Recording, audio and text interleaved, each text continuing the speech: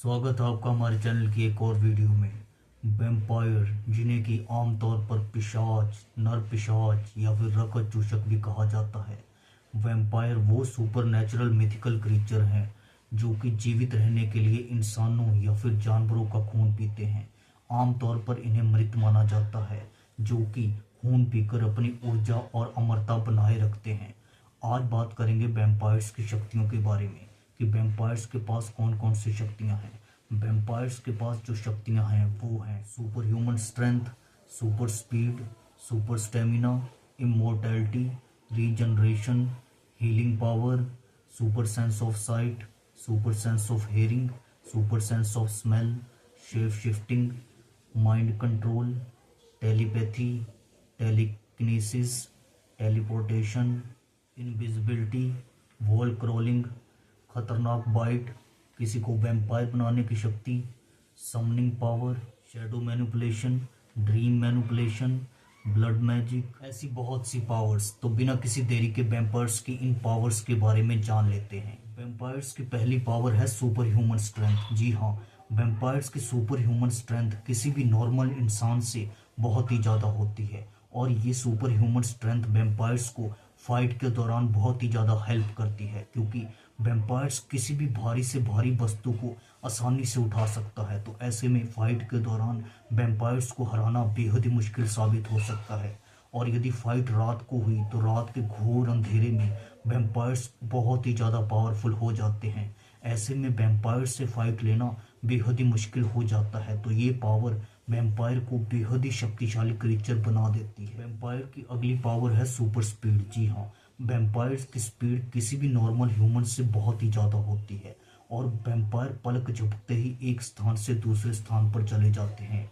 आमतौर पर इंसान को ये केवल ब्लर इमेज या फिर धुंधले से दिखाई देते हैं। तो ऐसे में वैम्पायर्स से फाइट लेना बेहद ही मुश्किल साबित हो सकता है, क्योंकि वैम्पायर्स एकदम से रात के घोर अंधेरे में इनविजिबल हो जाते हैं और इनकी पावर बहुत ही ज़्यादा बढ़ जाती है। तो वैम्पायर्स की सुपर स्ट्रेंथ भी एक बहुत ही बड़ी वैम्पायर्स की पावर है। वैम्पायर्स की अगली पावर है सुपर स्टेमिना। जी हाँ, वैम्पायर्स का सुपर स्टेमिना उन्हें फाइट के दौरान बेहद ही हेल्पफुल होता है, क्योंकि वैम्पायर बिना थके काफ़ी लंबी फाइट ले सकता है। तो ऐसे में वैम्पायर्स को हराना उसके ओपोनेंट के लिए बेहद ही मुश्किल साबित हो सकता है, क्योंकि वैम्पायर्स काफ़ी लंबे समय तक फाइट ले सकता है। तो ये पावर वैम्पायर को बेहद ही खतरनाक जीव बना देती है। वैम्पायर्स की अगली पावर है इमोर्टैलिटी। जी हाँ, वैम्पायर्स अमर होते हैं, लेकिन वे खून पीकर अपनी ऊर्जा और अमरता बनाए रखते हैं। आमतौर पर वैम्पायर ह्यूमन भोजन को पचा नहीं पाते और जिंदा रहने के लिए इन्हें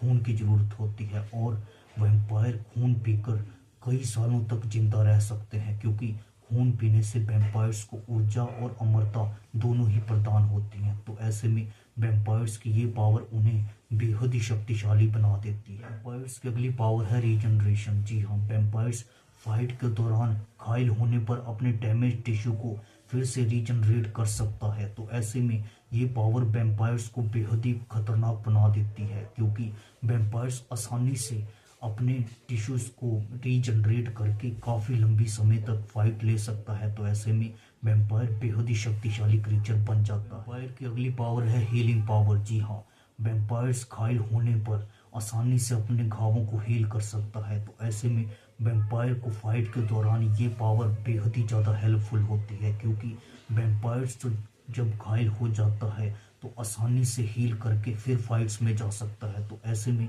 वैम्पायर को हराना उसके ओपोनेंट के लिए एक बहुत बड़ा चैलेंज हो जाता है। तो ऐसे में वैम्पायर्स की ये शक्ति वैम्पायर्स को बेहद ही हेल्पफुल और मददगार साबित होती है। वैम्पायर्स की अगली पावर है सुपर सेंस ऑफ साइट। जी हाँ, रात के घोर अंधेरे में वैम्पायर्स नाइट विजन या फिर सुपर सेंस ऑफ साइट की मदद से अपने शिकार को आसानी से देख सकता है। तो ऐसे में रात के घोर अंधेरे में वैम्पायर से बच पाना बेहद ही मुश्किल होता है, क्योंकि वैम्पायर्स की नाइट विजन या फिर सुपर सेंस ऑफ साइट देखने की क्षमता किसी भी नॉर्मल ह्यूमन से बहुत ज़्यादा होती है। वैम्पायर्स की अगली पावर है सुपर सेंस ऑफ हेयरिंग। जी हाँ, वैम्पायर्स की सुपर सेंस ऑफ हेयरिंग किसी भी नॉर्मल ह्यूमन से बहुत ज़्यादा होती है। यहाँ तक कि वैम्पायर्स हार्ट बीट भी सुन सकता है। तो ऐसे में वैम्पायर्स से उसके शिकार का बचना बेहद ही मुश्किल हो जाता है। और यदि रात का समय है तो रात को वैम्पायर्स बहुत ही शक्तिशाली हो जाते हैं। तो ऐसे में वैम्पायर्स से बचना बेहद ही मुश्किल हो जाता है। वैम्पायर की अगली पावर है सुपर सेंस ऑफ स्मेल। जी हाँ, वैम्पायर्स की सुपर सेंस ऑफ स्मेल किसी भी नॉर्मल ह्यूमन से बहुत ज़्यादा होती है। यहाँ तक कि वैम्पायर्स ब्लड को ट्रैक कर सकता है और अपनी सुपर सेंस ऑफ स्मेल के द्वारा वो अपने शिकार तक आसानी से पहुंच सकता है। तो ऐसे में रात के घोर अंधेरे में इसके शिकार का इससे बच पाना बेहद ही मुश्किल साबित हो सकता है। और ये पावर वैम्पायर को एक बहुत ही शक्तिशाली क्रीचर बना देती है। वैम्पायर की अगली पावर है शेप शिफ्टिंग। जी हाँ, वैम्पायर्स आसानी से शेप शिफ्टिंग करके मुश्किल सिचुएशन से बाहर निकल सकता है। शेप शिफ्टिंग की एबिलिटी का इस्तेमाल करके वैम्पायर आमतौर पर बैट, रैट या फिर वुल्फ बन के उस मुश्किल सिचुएशन से निकल सकता है।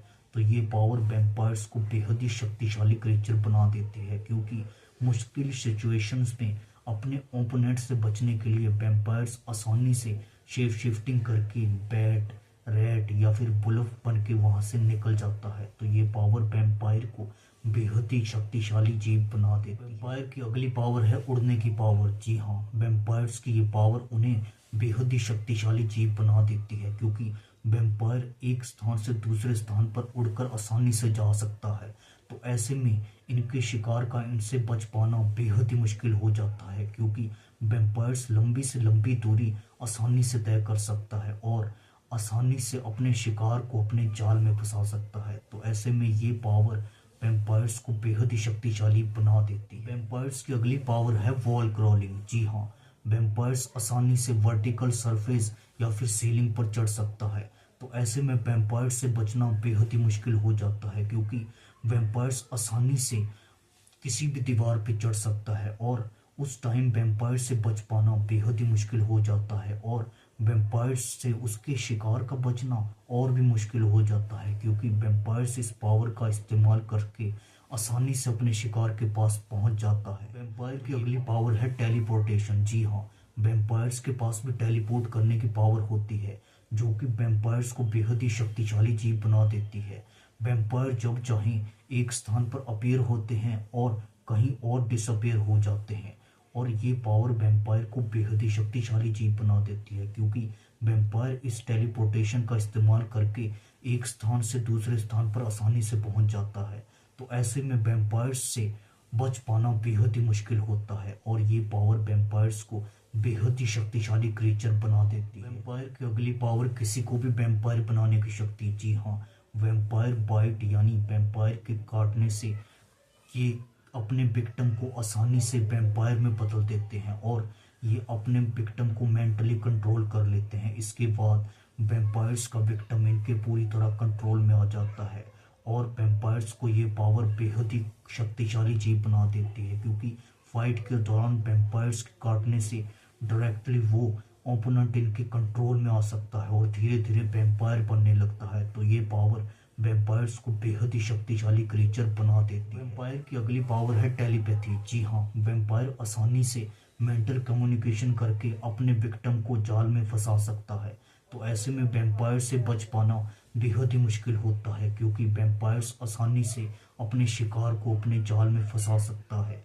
ये पावर वैम्पायर्स को बेहद ही शक्तिशाली क्रिएचर बना देती है, क्योंकि वैम्पायर्स का शिकार डायरेक्टली इनके कंट्रोल में आ जाता है और टेलीपैथी का इस्तेमाल करके वैम्पायर्स जो चाहें अपने शिकार से करवा सकते हैं। तो ये पावर वैम्पायर्स को बेहद ही शक्तिशाली क्रिएचर बना देती है। इसकी अगली पावर है वेदर मैनिपुलेशन। जी हाँ, हाई लेवल वैम्पायर आसानी से कंट्रोल कर सकता है वेदर को और ये पावर वैम्पायर्स को बेहद ही शक्तिशाली बना देती है, क्योंकि इनके शिकार का इनसे बच पाना बहुत ही मुश्किल हो जाता है और वैम्पायर्स आसानी से अपने शिकार को जाल में फंसा सकता है, क्योंकि वैम्पायर आसानी से वेदर को मैनिपुलेट कर सकता है और अपने फायदे के लिए इस्तेमाल कर सकता है। ये पावर वैम्पायर्स को बेहद ही शक्तिशाली बना देती है। वैम्पायर्स की अगली पावर है शैडो मैनिपुलेशन। जी हाँ, वैम्पायर्स आसानी से ट्रैवल और कंट्रोल कर सकता है शैडो को। तो ऐसे में वैम्पायर से बचना बेहद ही मुश्किल साबित हो सकता है और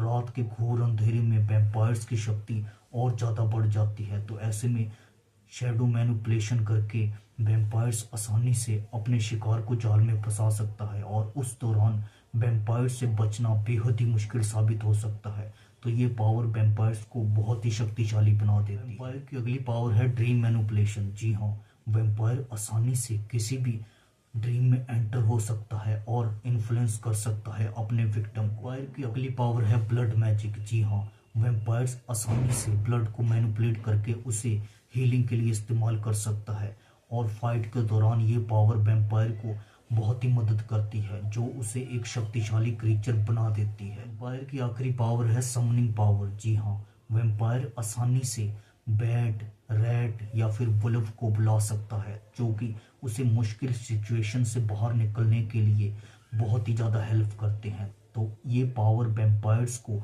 बहुत ही शक्तिशाली क्रीचर बना देती है। आज के लिए इतना ही। आई होप आपको वैम्पायर्स की पावर्स के बारे में कुछ पता चला होगा।